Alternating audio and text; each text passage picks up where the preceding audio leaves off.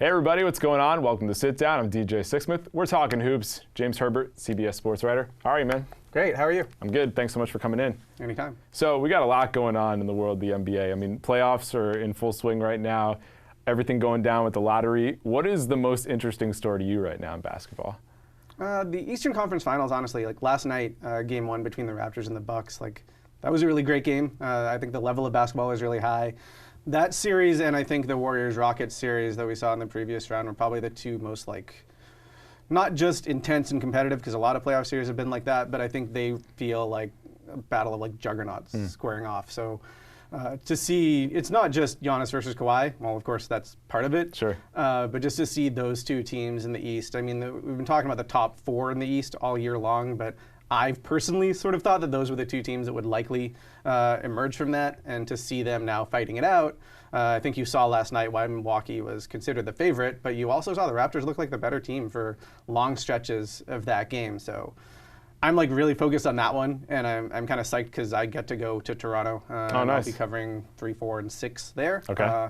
So I'll get to actually see that up close, and like I just think this has the potential to be a really long and interesting series. And maybe the Raptors blew their best chance last night. Maybe it won't be. That Kyle Lowry game. I know. Finally got like it, right? That, I mean, that had to hurt them to waste that sort of performance. But I do think if they can get past that and not dwell on that, like there's a lot of positive things they can take from that game too. So yeah, I mean, there's plenty to talk about with the lottery and the offseason and all that stuff. But like, I'm kind of living in the moment right now, totally. and like that game was awesome. It really was. And Brook Lopez doing his thing in the fourth quarter too. Yeah. I mean, there was a guy at $3 million in the offseason. So many teams had a chance at him, and now he's impacting games on the biggest stage for Milwaukee. Pretty crazy stuff. Yeah, it's the same stuff he's been doing all year, too. Yeah. And it was weird to me, like, watching the game last night, like, he had a couple of those moves where, like, he made, like, guard-like moves from the perimeter, like, kind of loping into the inside and, like, hitting a reverse layup or something. Popping threes up top. But the announcers were like, where did that come from? I didn't know he had that. Well, were you watching the Bucks? He's been doing it all year. Probably not. They weren't watching the Bucks. Maybe, but, I mean, the thing is, it's like, yes, he's shooting 30-footers, and that's super weird because of the arc of his career and because of just how enormous the man is. But he plays like a guard in general. Yeah. Like, he's been making plays off the dribble pretty much all year long. Like, that's something I wrote about back in like November, December. And to see him do that against a defense like Toronto's, which you saw like made the Sixers defense look completely uncomfortable for almost the entirety of that second round series. Like, that's impressive stuff. And he essentially won them that game, and a few of those three-pointers that he hit in that fourth quarter. He had an amazing game, but I think the broader story of him being, as you alluded to, probably the single biggest bargain of free agency last year, and him being such a crucial part of the Bucks' identity and their turnaround, and not just on the offensive end, obviously on the defensive end as well. I think you saw him make his mark on the game last night on both ends, and that's a continuation of what he's done all season long. I mean, you can't talk about the potential coach of the year, Mike Budenholzer, without talking about how he's used Brook Lopez on both ends. And change the game with that. Yeah, change the game, change the entire season, changed like just a crucial part. If Giannis wins MVP, if Budenholzer wins Coach of the Year, heck, if John Horst wins Executive of the Year, like, Brook isn't going to win an award, but he could play a part in all of those awards, and he could play a part in this team potentially going to the finals, potentially winning a championship. I don't know. Like we'll see how far they get. Absolutely, and even guys like George Hill and Pat Connaughton, and just that bench for Milwaukee makes a difference having those guys. Ersan Ilyasova. Whereas you look at Toronto's bench, and it's just like, all right, Norm Powell, maybe he'll hit a couple threes, right? And then after that, it's just a really serious drop-off. So when you think about Toronto after Game 1, where do they go from here? They're going to hope to get some of the same stuff they got in Game 1, like the Kyle Lowry game. Yep. I think the pace they played with, particularly in the first half, I thought they just had better energy and flow than we've seen from them in quite a while. Like they just had the feel of the Raptors team that won 4 straight against the Magic. They had the feel of the Raptors team that was one of the better offenses in the NBA throughout the season. I thought after the first game against Philadelphia, they just didn't look particularly comfortable. Right. And the Bucks are a great defensive team, but I thought for most of the night, Toronto looked comfortable. And some of the threes didn't go down in the second half, particularly. They missed some, like they started the fourth quarter with like Norm Powell missing an easy layup. And there was a guy you mentioned came in and hit 2 threes in the first half. Everybody was like, wow, this guy didn't play in Game 7. Now he's back.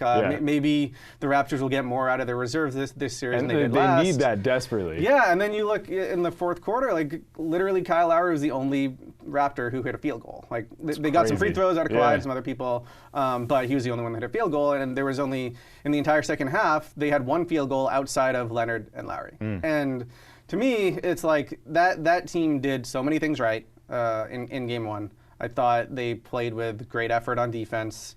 Then I thought in the second half they just got a little bit sloppy, especially in the fourth quarter. I mean, you can't afford to send Giannis to the line that many times. You can't afford some of the turnovers that they had. I mean, Danny Green had an absolutely killer one, like 2.5 minutes left. That led to a Brook Lopez dunk on a fast break where Lowry was the only guy back and trying to challenge him. Like, that's not going to work. No, definitely not. But it was just like they played mostly well enough to win. But I think against this Bucks team, it's like playing great basketball is kind of the price of admission. It doesn't guarantee you a win. Like, you need to play great and need to be sharper than them, and you need to do it for close to 48 minutes. And I thought for most of the game they did. And I don't know if they're going to get a 7 for 9 three-pointer performance from Kyle Lowry again. Probably not. But maybe they get, maybe like Marc Gasol makes a couple of those threes that he missed in the fourth quarter. Maybe Serge Ibaka, who, look, they wouldn't have got past the Sixers without what Ibaka did in Game 7. And I did not think he was particularly good in Game 1. I didn't think. I mean, he was talking about not bringing the energy, but it wasn't just that. I mean, there were open shots that he missed. There were defensive mistakes that he made. Some glaring ones, like some of those Lopez threes that we were talking about. Like Ibaka was way off of him. There's nobody within 5 feet of him. They got to know that he's bombing threes. This is not a new thing, like you said. You've been talking about it since November. And like some of it, it's like, okay, if you're helping in on a Giannis drive and you're trying to get out to Brook Lopez and you don't quite get there as fast as you want, like, you forgive that. But like one of those threes was like Lopez coming back in semi-transition and just launching a trail three. Like, you have to know. He is shooting that ball every single time he catches that with space. And those are sort of scouting report things that they'll look at. I'm sure they'll kind of curse themselves when they watch the film because they had such a great chance to win. But they couldn't quite get it done. They'll have another shot to steal a game on the road. And if not, then they'll have to hope that, like, coming back home to that crazy crowd in Toronto will lift them. But I just think for both of these teams, but I think especially for the Raptors, it's like you're going to have to limit your mistakes because the transition game for both of these teams, like, these are two of the best transition teams in the NBA. And in the regular season, the team that won the transition battle each game was also the winner of the game. And that's huge here. So for a guy like you that follows the NBA so closely, does it bother you that we're focusing so much in the offseason already, right in the thick of things in the finals? Well, it is draft lottery week, so that's kind of unavoidable. And I think, that there's 4 teams left, so if you're a fan of the other 26 teams, like, you're obviously thinking next season. You're thinking about the offseason, you're thinking about the draft, you're thinking about free agency, and it's a particularly crazy free agency year. And I think what's interesting about this postseason run is how closely tied in it is to free agency. Like, we couldn't discuss kind of the stakes of what was happening with Boston in the second round without talking about what might happen in free agency with them. We couldn't discuss honestly, even Philadelphia. Like, you see the way they changed their game plan. You see Jimmy Butler becoming essentially their point guard. The guy down the stretch. And yes, you talk about how crucial he is in these victories, but you also talk about, like, hey, like, this guy looked like a glorified role player for much of the regular season. He's turning down shots. Now he's running pick and roll. He's, like, shooting threes with no hesitation. He's leading the team in scoring. When he goes to the bench, they look completely disjointed. I think the conversation has shifted now to, like, it's not just does he want to stay and do they want him? And there was talk about, like, oh, maybe Tobias Harris is kind of like, well, in case it doesn't work out with Jimmy, then now it's like, they need to keep him. And, like, what will they look like without him? How could they possibly replace what he brings? And I think a lot of those moves that were done, even if we're continuing on the Raptors-Bucks angle, like them getting Mirotic at the deadline, the Raptors getting Marc Gasol at the deadline, like, that's for this. That's not so they can get a couple more regular season victories. That did not matter. Those teams were going to probably be 1 and 2 in the East regardless of what they did at the trade deadline. This is about this matchup and beyond. And I'm not sure the Raptors would have got past Philadelphia if they didn't have Marc Gasol playing amazing defense against Joel Embiid. And it's just, so there's sort of two angles here when looking at the offseason. There's, like, the teams playing now, and how that fits in with what will happen in the offseason. Obviously, even with the Warriors, if you're talking about Kevin Durant and what he might do, like, this might be a preview, sort of what the Warriors look like next year while he's injured. And the other thing is, if just to take the playoffs out of it, the only way to talk about any of these other teams in the NBA is to talk about the draft and free agency. And I think what we saw on lottery night was like pretty much the most chaotic, most interesting result possible. Absolutely. In terms of how that affects Anthony Davis's situation, in terms of how it affects the teams potentially trying to trade for him, in terms of the Knicks and the Lakers who have these like high hopes for free agency that I think even though they're picking one after another on draft night, I think they had wildly different kind of reactions to what happened on lottery night. I mean, Lakers fans were thrilled to be in that top 4, and Knicks fans were hoping for 1. Yeah. But even, I'm a long-suffering Knicks fan, right? Okay. So to get 3, it's like, all right, at least we're in the top 3 in a draft that potentially falls off the table after. That's what you're saying now. What did you say at the time, though? At the time, I was like, damn it. Of course you want to get number 1. But I was just so glad they didn't get 5. Based on where the probability was, I was like, if they get 5, that would just be a nightmare, right? And then, of course, for New Orleans to get 1, my whole thing is like, of course, Davis would be a game changer in New York. But if Durant comes to New York, can you see a reality where they stick with these young guys and potentially whoever that second piece is, whether it's Kyrie or Kemba, is there a world where it's KD, one of those guys, and just the young guys, and we just say, screw it, we're not going to go for Davis here? I think they would try to make an offer, but I think the reality is that might not be their choice. I don't know that package is going to be enough to get Davis anyway. Yeah. So I think they better be ready to either go with those young guys and whoever they sign, or package the young guys for something else if they're really that dead set on competing immediately.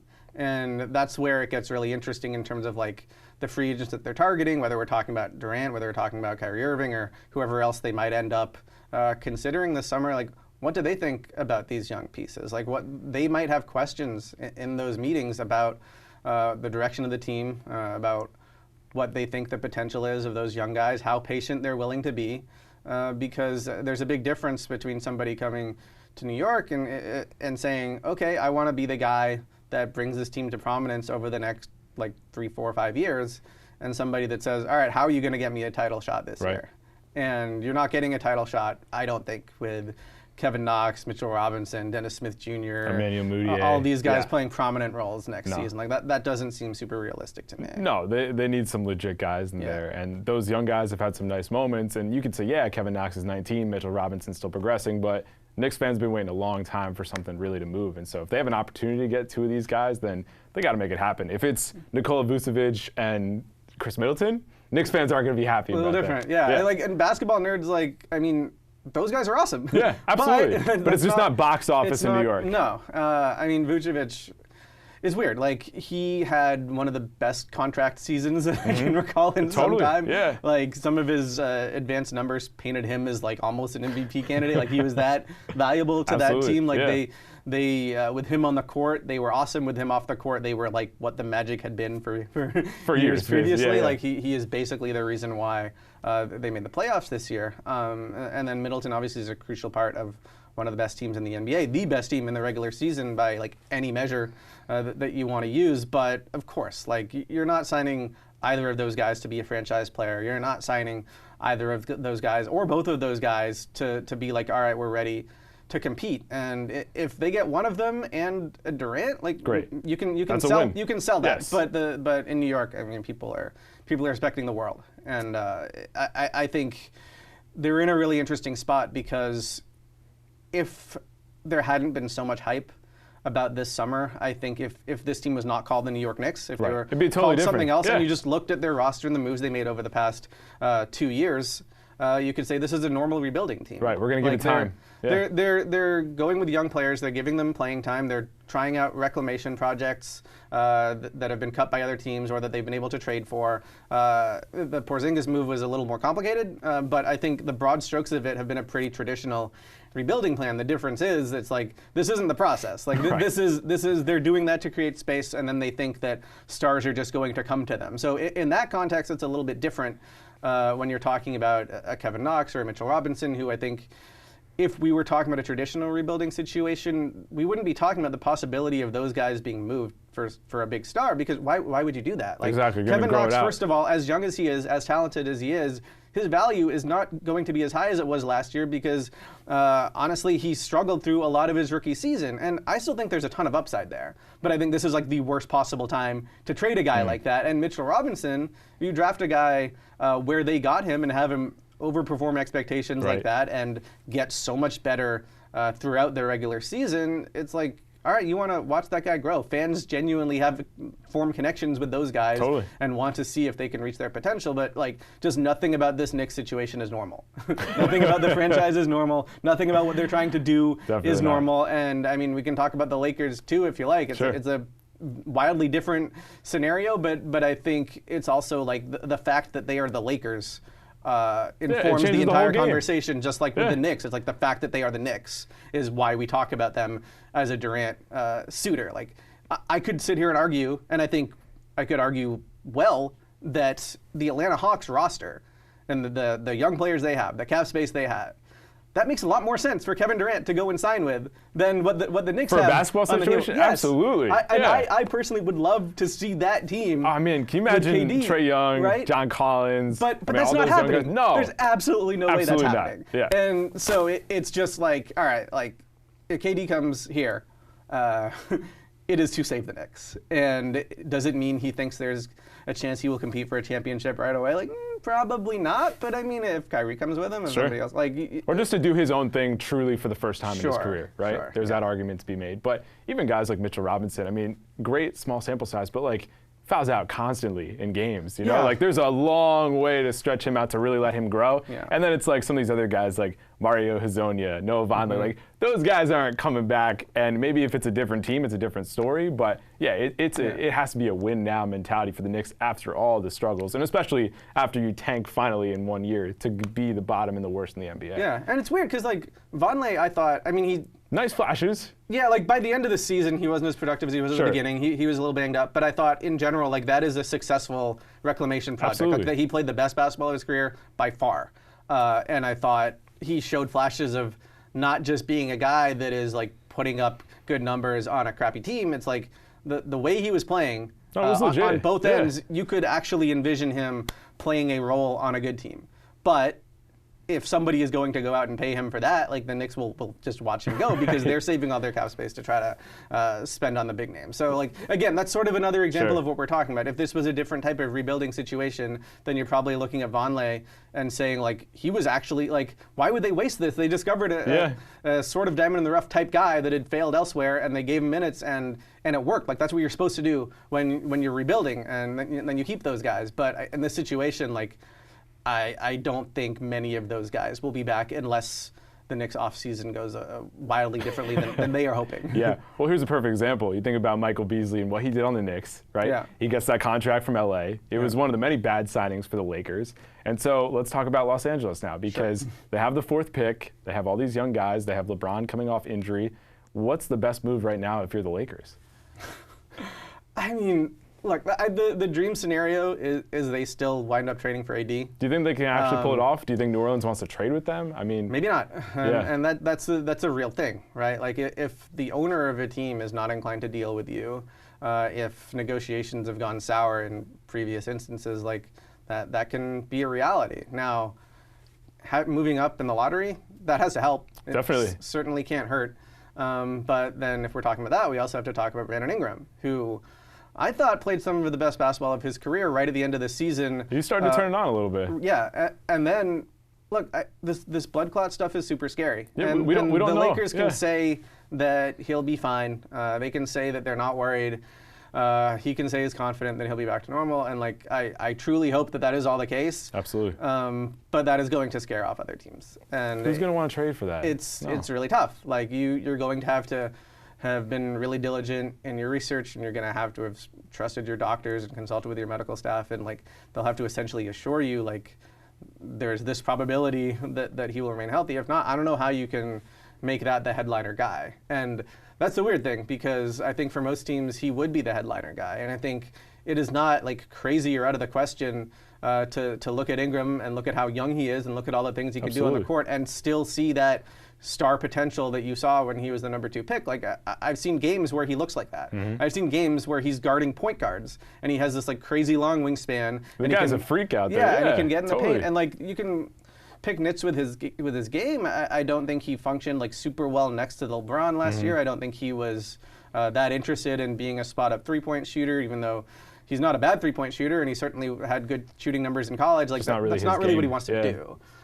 So it's still a process for him learning how to be a complementary player if he is going to stick in LA and play next to LeBron. But I think if you're another team, all the guys they have, the Alonzo Ball and Kyle Kuzma, Josh Hart, all those guys, like those are young players who still have upside, who have already proven to be productive in various areas in the NBA. I think Ingram was still supposed to be the crown jewel of that package. Right. Maybe now that number 4 pick is the crown jewel. Essentially the best asset they have of that package, and I don't know if that's better than what Boston might have on the table, or what like mystery team X that could enter the AD sweepstakes. Yeah, like I don't know. And I think David Griffin is being really smart in New Orleans by coming out so strongly and publicly saying that they're not giving up on salvaging the situation. They're going to try to sell AD on coming back. He told Zach Lowe of ESPN on draft lottery night, like, we can be Oklahoma City with Paul. They can play into the season and try to show him, like, this is what it looks like. That's the best move that they can have at this point. It might be, because they're obviously going to draft Zion Williamson. Mm-hmm. And the potential of those two guys playing together. Plus Drew Holiday. I mean, like, defensively, those three, that like just makes my head spin. Like, that's crazy. Like, all those guys can guard almost anybody on the court. And then together, like, just their length and their intensity. Like, the thing about Zion is, like, he's a guy that I think stars would like to play with, because he's not just this dude that is going to like that is going to demand the ball on the perimeter, that wants to take all the shots. Like, he plays super hard. He plays both ends. He's a really smart player. He's a really good passer. He's sort of this like weird combination where like he can be like a rim running center at times, and then he can also be like a point forward. I know. And we've never seen something like that. And in transition, he's crazy. Yeah. And I just like, I would love to see that trio try it. Just for a couple months at least. And I don't know that Anthony Davis is going to see it this way. He might just want to stick to his guns. He might still be focused on playing with LeBron. He might still just have this idea in his head that the best thing he can do is choose his next team now, so that when he hits free agency, he can re-sign with bird rights. Because if you sign with another team, this is getting a little technical, I know, but like if you sign with another team in free agency, that ends up costing you a little bit of money, and that team will have to free the cap space to come get you, so your options kind of dwindle. So, for example, the Lakers, they're probably not going to have that space to get him. Next summer, it would be a lot easier for them to just trade for him now. Right. So I assume that a meeting is going to take place between David Griffin and Rich Paul and Anthony Davis. I'm sure and that'll be an interesting one. Out. Yeah, and I wonder how hardline Davis's stance will be. I wonder if Griffin can successfully sell him on opening his mind to at least the possibility of staying. And if he doesn't, then what is the play? Is the play like, we're going to dare you to sit out because we think you'll like this? Or is it what Griffin initially said when he took the job and he was at his press conference, which is you're either all the way in and all the way out? And the interesting thing to me is him saying we can be Oklahoma City with Paul George is very different than you're either all the way in or all the way out. I'd certainly say so. I can sit here and say I would love it if Davis just took the Supermax, signed right now, and told the world, like, this is where I want to be. Last year was a little out of character. I thought I was making the best decision for myself individually in my career, but David Griffin is here now. Zion Williamson is here now. It's a totally different game now. Yeah. I think he could. Yeah. I think he could. It wouldn't look great to backtrack on that with the "That's All Folks" T-shirt, but he could honestly say, you know what? There's a guy I trust. There's a once-in-a-generation type player. Yeah. Like, let's roll this out. I think it might be a little bit hyperbolic to say he could return a hero that way, but I think he could be forgiven for last year. If they start winning games, then he'll be forgiven.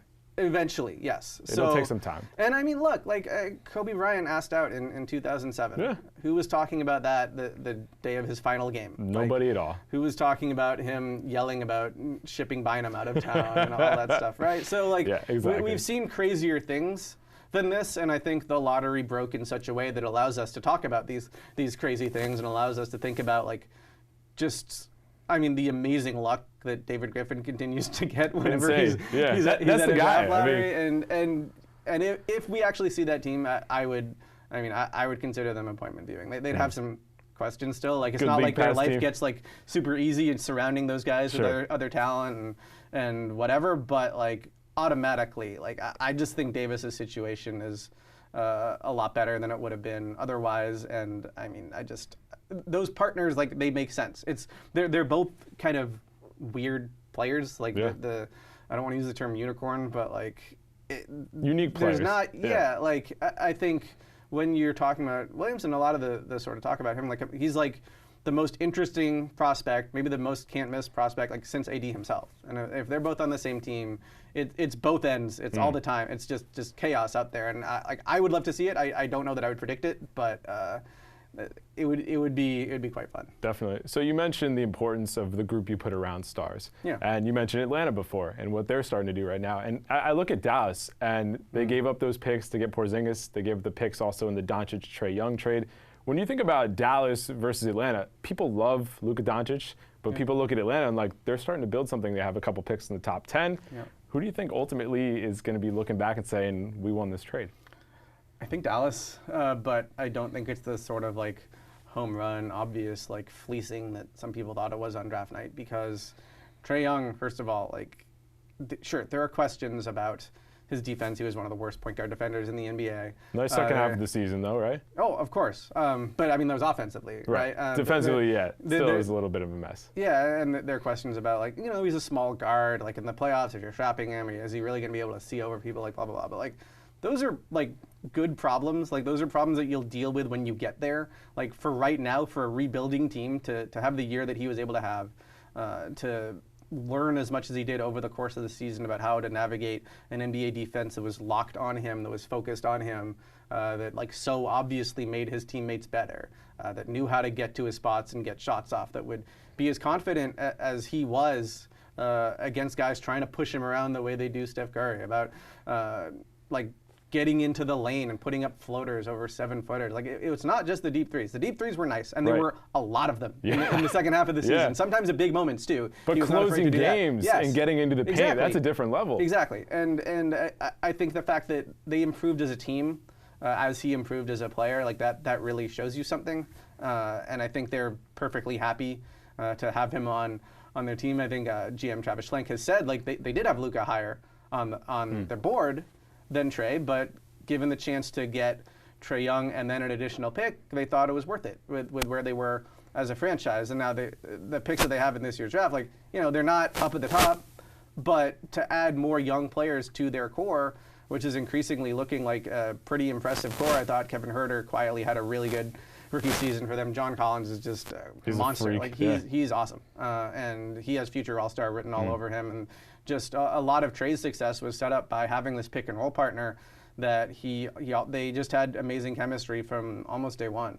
And I think the Hawks have to be very comfortable with where the franchise is going. Like, yeah, maybe eventually they'll want to try to like attract a free agent or something like that to come play with these young guys. Historically, Atlanta has not been a great destination for that. It has not had a lot of success. So I think trying to build through the draft, trying to get as many shots at this as possible, like that made sense logically on the night, and you're kind of seeing it now because I mean, we'll see what they do with some of the other pieces, and like I don't know how long Taurean Prince is necessarily going to go there, but he's had an interesting career too, because at times he has looked like a lockdown defender.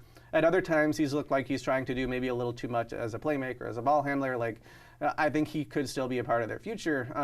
But I mean, look, like Young and Collins, those are the headliners there. Those are why people are, those are the guys that are sort of dictating their style of play. And I think why a lot of like sort of NBA nerds, like people like me who watch League Pass every night, like we're into that team. And I think their future is very bright. The Mavericks, though, like the reason why I said they're the winners of it is just like, the peak Doncic is like you're talking like superstar level player, and Porzingis too. Like when he was healthy, we saw flashes of that. Totally. And I think there's areas of Porzingis' game, like his like perimeter defense, his passing, like how he reacts to being double teamed, shot selection, stuff like that. Like he's not a flawless player, but like the way he could protect the rim, the way he could stretch the floor, the way he could score on the inside, like he is so dangerous from like.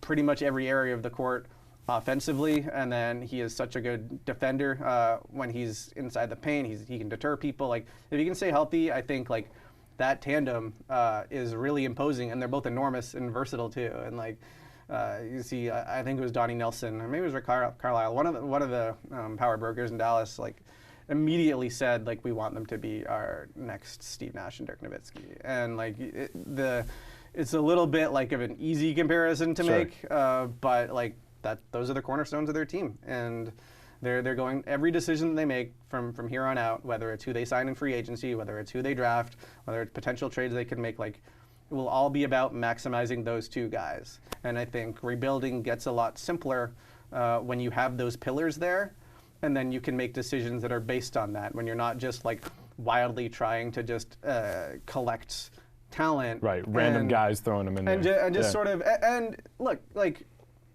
that's part of it too when you're at your earliest stages. Like, I thought like what the Sixers were doing when they started the process was just trying to get the guys who they thought had the most talent or had the most trade value and throw them together, and they didn't really care about positional needs because they weren't trying to win yet. Right. But I think when you can already have those guys that have proven it, that even though they're young, like this was just Doncic's rookie season, but like he was playing at a high level in Europe that like we've never seen before. Absolutely, and another guy who's just 19, 20 years old. Yeah, but I think there's such sure things that you're like, all right, like, you know that those, like, that's their version, like we said, Nash Nowitzki, but like that could be their version of like, all right, we have our Ben Simmons and Joel Embiid now, so this is no longer about like this like 10-year plan. Like right, it's about now. It's about like sort of now, like the next few couple years. So the next few years. So I think it's not like we expect Dallas to go and be in the championship picture next year, but I think their next decade is going to be built around what these two guys can do. Yeah, I mean, I think we'll see what happens with Porzingis after the knee injury, and obviously how those two fit together. But you wrote the whole oral history on Dirk and talked to a bunch of people. Like to go from Dirk to Luka and KP, I mean, that works out phenomenally for them. Yeah. But when you wrote that piece, what are some little things you learned about Dirk, and just describe his impact on that whole organization? I mean, in many ways, he is the Mavericks, right? And that's what a lot of people around him said. And it's such an interesting kind of career arc for him because when he came into the league, he was so unsure of himself. Like talking to Donnie Nelson, who was like there when he was drafted, like they weren't sure if he was even going to come over. Like the Mavericks contingent had to fly over to Germany, meet with him and Holger, who's his trainer slash mentor slash life coach, whatever you want to call him. He's a guy in like any like. If you watch the Dirk documentary or anything, like you see that. He's with him all the time. The older German guy that is feeding him shots and making him do weird exercise on the court, that's Holger. But he's been a part of his life since he was like, like 15, 16 years old. And so there you have Donnie Nelson together in Würzburg, Germany, trying to tell Dirk and Holger, like, we think you should come over now. And he's like, well, I'm not sure if I'm ready. Like Holger, I think initially wanted him to stay for a couple more years in Europe, get stronger, get more physically ready for the NBA. Dirk comes over, and initially, like his English was not nearly as good as it is now. It's a culture shock, in a bunch of different ways. Adjusting to the game was not super easy. I think he shot like 20% from three. It was a rough start for his career. People forget that. Yeah, and he and Steve Nash was the guy that sort of helped him get adjusted to life in Dallas. They were inseparable. They would be at the facility shooting together. Like those tales have been told a million times. But I think you forget that like they were both booed. At Reunion Arena. Crazy to back think. then. I mean, Nash was playing through an injury that had kind of limited him, and Dirk was kind of just trying to feel out the league. And they'd passed up Paul Pierce. They actually had to have a last-minute discussion on draft night. Like, what do? We did not expect Paul Pierce to be there. Like Dirk and Paul Pierce were both in their top three, and like Dirk was above him, but it was kind of like they didn't think they'd actually have to make that decision. Right. And they went with the guy they believed in and thought had the biggest upside, even though even internally they were like, yeah, Paul Pierce could win Rookie of the Year. That's and a Paul huge Pierce risk is a at short that time. thing. Yeah. And it's a risk because they don't know if they're going to even have their jobs if Dirk becomes the player that he eventually does. And if not for Mark Cuban being the rare owner who buys a team and then doesn't tear everything down, but actually just, no, we'll see how this goes. Like, he could have easily gotten rid of all those guys, and they wouldn't have seen what ended up happening with Dirk. So to sort of track his career from back then when, like, he and Steve Nash are, like, just kind of, I mean, I wouldn't, like, Steve is such an easygoing guy, like, socially can fit in anywhere, whatever, but, like, Dirk is sort of a fish out of water, just trying to, like, stay by his side and just kind of get adjusted to the whole situation. And to see how he not only improved on the court, but eventually took on a leadership role,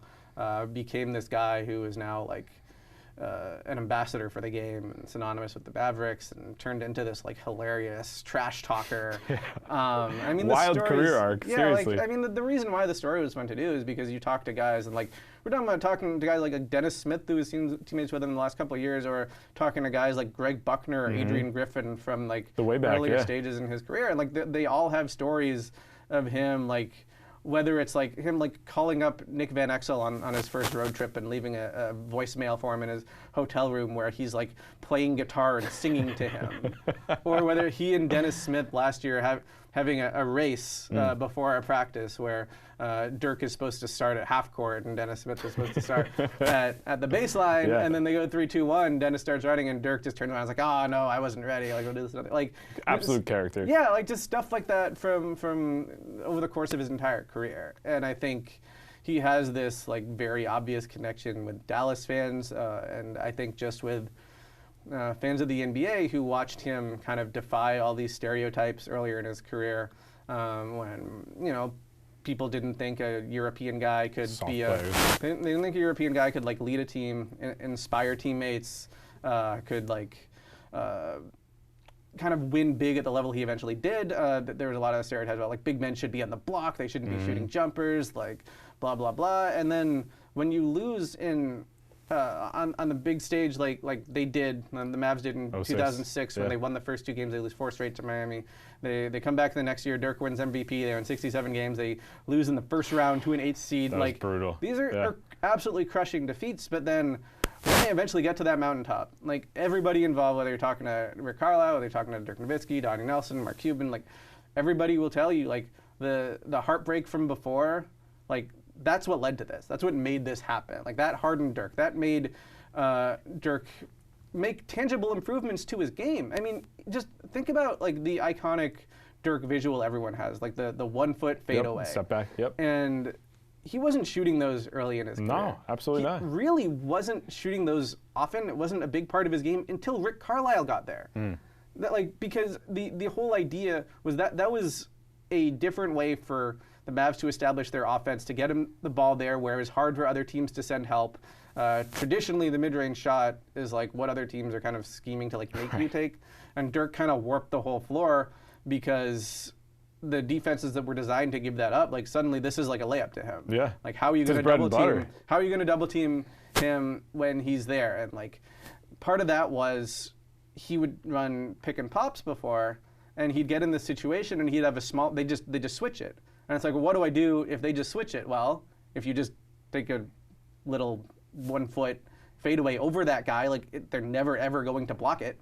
So like just gradually throughout his career, he added different things. He tweaked his shot for him. He when Avery Johnson was there, he played a lot more like traditional post-up style. Like people think of him as this like stretch 4, stretch 5. No, he got down on the block. Yeah. He got down on the block. He took people off the dribble. Like he had a really really complete game, and I think his legacy in Dallas will like be directly tied to that 2011 championship for sure. Always and forever, yeah. But I think one thing you learn when you sort of talk to people about it is like, yeah, that's a big moment, but like the fact he spent 21 years there, the fact that he never. It's a huge deal. He could have joined up with different stars. Totally, especially the last couple of years. Then. Yeah, of course, and he chose not to.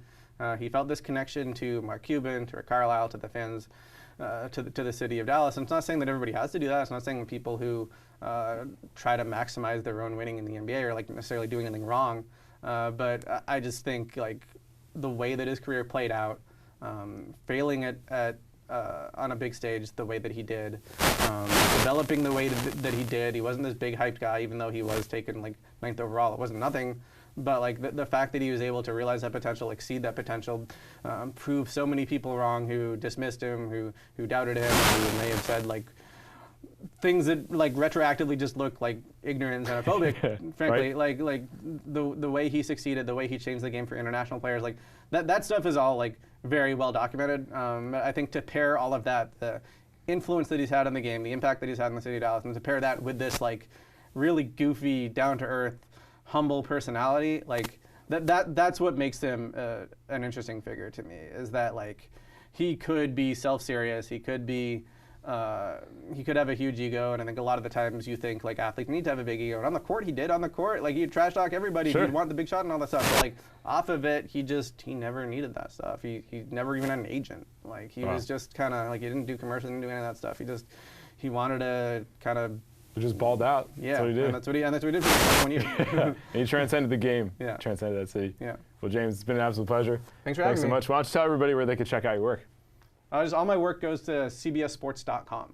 All right, cool. Enjoy Toronto. Thank you. Catch you again. All right, everybody. See you next time here on The Sit Down.